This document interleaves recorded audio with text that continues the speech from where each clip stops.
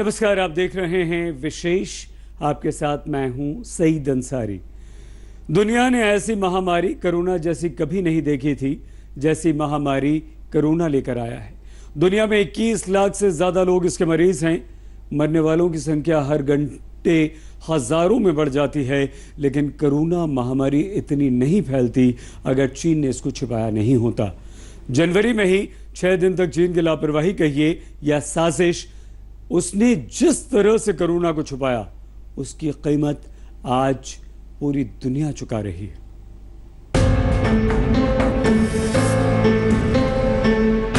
इक्कीस लाख कोरोना मरीजों का गुनहगार कौन है?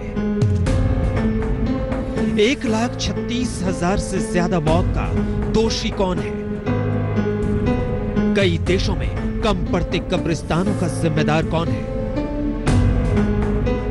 दुनिया के कई शहरों को मरघट बनाने वाला कौन है? सारी दुनिया पर दहशत का ताला लगाने वाला कौन है? 21वीं सदी की दुनिया का सबसे बड़ा खलनायक कौन है? जिस वैश्विक महामारी कोरोना से आज दुनिया त्राही त्राही कर रही है, उसके लिए हर उठती उंगली है चीन पर। वो चीन है जिसके एक शहर से निकला कोरोना का वायरस आज समूची दुनिया को डस रहा है। अमेरिका जैसा देश आज अपने लोगों की लाशें गिन गिन कर थक चुका है। उसका गुस्सा विश्व स्वास्थ्य संगठन पर फूटा, लेकिन उसके पीछे भी चीन है। Today I'm instructing my administration to halt funding of the World Health Organization while a review is conducted to assess the World Health Organization's role in severely mismanaging and covering up the spread of the coronavirus. Everybody knows what's going on there. American taxpayers provide between $400 million and $500 million per year to the WHO. In contrast, China contributes roughly $40 million a year, and even less. As the organization's leading sponsor, the United States has a duty to insist on full accountability. One of the most dangerous and costly decisions from the WHO was its disastrous decision to oppose travel restrictions from China and other nations. They were very much opposed to what we did. Fortunately, I was not convinced and suspended travel from China, saving untold numbers of lives. Thousands and thousands of people would have died. विश्व स्वास्थ्य संगठन यानी WHO की लड़ाई पर हम आगे आएंगे, लेकिन उससे पहले आपको चीन के वुहान शहर की वो कहानी बताते हैं जिसमें चीन का धोखा है। धोखा दुनिया से। जिस दौरान चीन का कोरोना स्थानीय महामारी से वैश्विक महामारी में बदल रही थी, उस दौरान चीन ने इस पर मिट्टी डालने की कोशिश की।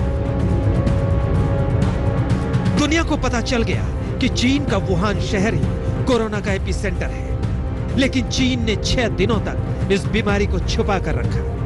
20 जनवरी को चीन के राष्ट्रपति शी जिनपिंग ने अपने देश के लोगों को कोरोना के बारे में आगाह किया, लेकिन 14 जनवरी को ही वहां हालात बिगड़ने लगे थे और उन 6 दिनों में 3000 से ज्यादा लोग कोरोना के मरीज बन गए। इतना ही नहीं, चीनी अधिकारियों को इसका पता होने के बावजूद उसी दौरान वुहान में एक आलीशान दावत हुई जिसमें हजारों लोग शामिल हुए, जबकि लूनर न्यू ईयर मनाने के लिए लाखों लोग इधर उधर भी चले गए।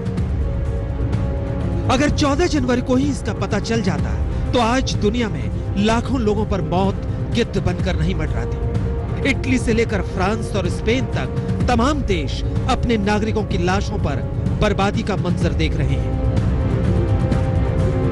चीन की कूटनीति ही नहीं, फितरत में यह शामिल हो गया है कि वो हर बीमारी को छुपाने की कोशिश करता है। वुहान के मेयर काफी पहले मान चुके हैं कि जनवरी की शुरुआत में वुहान में संक्रमण के करीब 100 मामले थे, लेकिन 23 जनवरी को शहर के लॉकडाउन होने तक हालात बेकाबू हो गए। चीन ने WHO को इसकी जानकारी 31 दिसंबर को दी थी, लेकिन इस बात को सामने लाने वाले चीनी डॉक्टर ली वेनलियांग ने इस पर सरकार को आगाह किया तो उनको चुप करा दिया गया। कुछ दिनों बाद कोरोना वायरस से ही डॉक्टर वेनलियांग की मौत हो गई। व्हाइट हाउस को सौंपी गई एक खुफिया रिपोर्ट से निष्कर्ष निकाला गया कि चीन की ओर से जारी आंकड़े जानबूझकर कम बताए गए, लेकिन चीन से निकलकर यह वायरस दुनिया भर में फैला तो आज आलम यह है कि इसका तांडव रुक नहीं रहा। इसमें भी अमेरिका का हाल काफी बुरा है। वैसे अमेरिका के राष्ट्रपति डोनाल्ड ट्रंप को इस बात को समझने में काफी देर लगी, लेकिन 20 मार्च के बाद वहां हालात बिगड़ने लगे। ट्रंप भी चीन पर खींच कर रह गए। But I'm a little upset with China, I'll be honest with you. चीन ने चुप्पी साध रखी है, लेकिन खामोशी की धारा में दुनिया के प्रति किए गए उसके गुनाह नहीं धुल जाते। आज तक ब्यूरो। चीन पर सवाल इसलिए उठ रहा है कि उसने पहले तो कोरोना को साधारण फ्लू मान लिया। जिन डॉक्टर्स ने कोरोना के खतरे की गंभीरता को बताया, उल्टे उनकी ही मुसीबत आ गई। जिस वुहान में 1 दिसंबर को ही कोरोना का पहला मरीज पाल लिया गया था, वहां जनवरी तक आराम से अंतर्राष्ट्रीय उड़ानें चल रही थी। परिणाम ये हुआ कि कोरोना चीन से बहुत आगे निकल गया, पूरी दुनिया में फैल गया।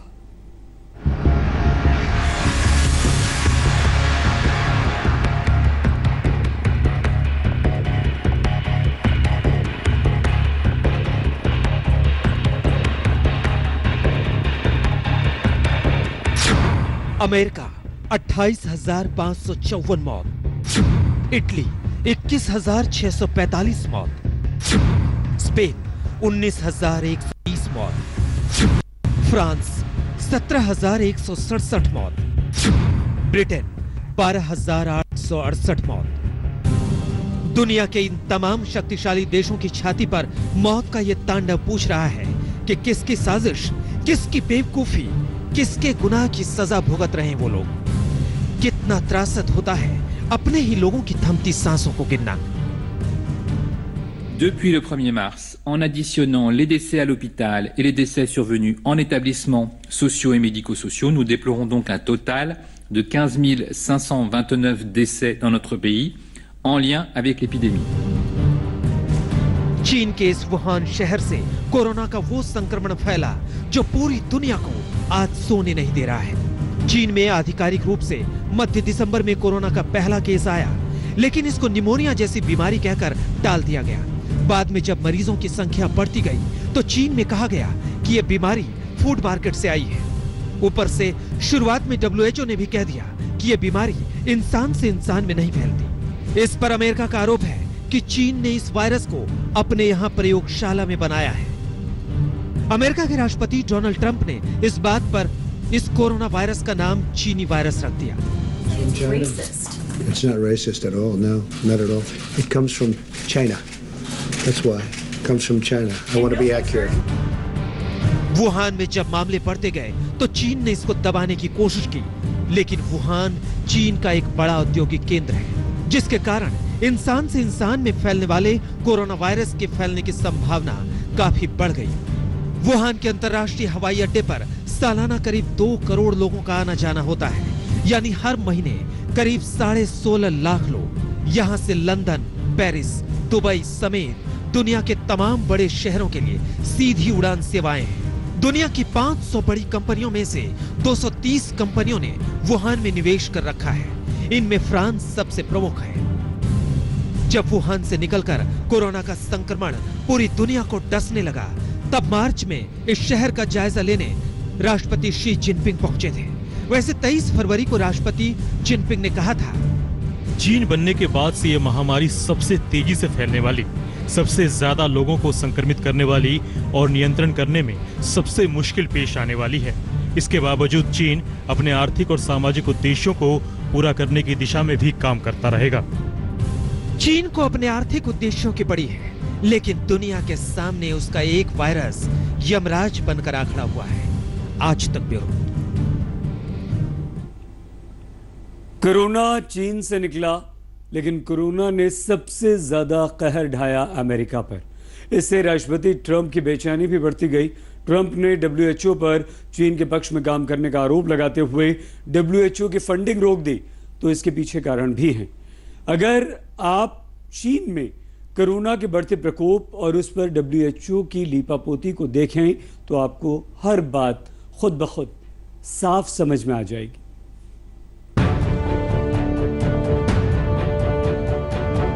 दुनिया से कैसे छिपा रहा चीन का कोरोना वायरस? कोरोना महामारी को फैलाने में किसने दिया चीन का साथ? क्या चीन के गुनाहों में विश्व स्वास्थ्य संगठन भी है भागीदार?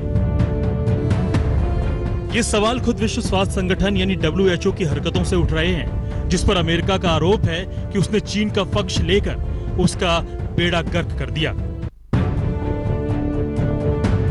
आज WHO पर सवाल उठ रहे हैं तो उसका कारण यह है कि दुनिया में स्वास्थ्य से जुड़ी किसी भी घटना के लिए वो जिम्मेदार है, लेकिन चीन के मामले में उसने लापरवाही बरती, जिससे जंगल में लगी आग की तरह कोरोना का वायरस दुनिया भर में फैल गया।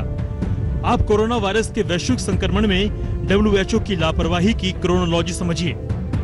कोरोना का पहला मामला पिछले साल मध्य अक्टूबर में चीन के वुहान में आया, लेकिन WHO ने इसको 31 दिसंबर तक छिपाए रखा। तब तक सिर्फ चीन में ही इसके मामले थे, वो भी 27। इसके बाद WHO ये भी नहीं बता रहा था कि यह संक्रमण इंसान से इंसान में फैलता है। वुहान में कोरोना संक्रमण के करीब 3 महीने बाद 14 जनवरी को भी WHO के DG डॉक्टर टेड्रोस घेब्रेयेसस ने चीन का यह कहकर बचाव किया कि शुरुआती तफ्तीश में आदमी से आदमी में वुहान के नोवेल कोरोना वायरस के फैलने का कोई सबूत नहीं मिला है। तब तक भी दुनिया में कोरोना के मरीज सिर्फ चीन में ही थे और उनकी संख्या थी सिर्फ 41। 20 जनवरी को WHO के DG डॉक्टर टेड्रोस ने बीजिंग में चीनी राष्ट्रपति शी जिनपिंग से मुलाकात की तो कोरोना से लड़ने के लिए चीन की जमकर तारीफ की, जबकि तब तक दुनिया में कोरोना से प्रभावित लोगों की संख्या 282 हो चुकी थी, जिनमें सिर्फ चीन में ही 278 मामले थे। 30 जनवरी को WHO के DG फिर चीन की तारीफ के पहलू ये कहकर निकाल लाए कि ये कहना अतिशयोक्ति नहीं होगी कि चीन ने कोरोना से लड़ने में एक नया प्रतिमान बना दिया है। तब तक दुनिया में कोरोना के मरीज 9,826 हो चुके थे और चीन में 9,720। अमेरिका को गुस्सा इस बात पर आ रहा था कि WHO की झोली तो वो भरता है, लेकिन उसके मुखिया उस चीन की तारीफ करते हैं जिसने दुनिया को सबसे खतरनाक महामारी की सौगात दी है। अब अमेरिका ने पैसा रोका तो WHO के प्रमुख सामने आए। The United States of America has been a long-standing and generous friend to WHO, and we hope it will continue to be so. We regret the decision of the President of the United States to order a hold in funding to the World Health Organization.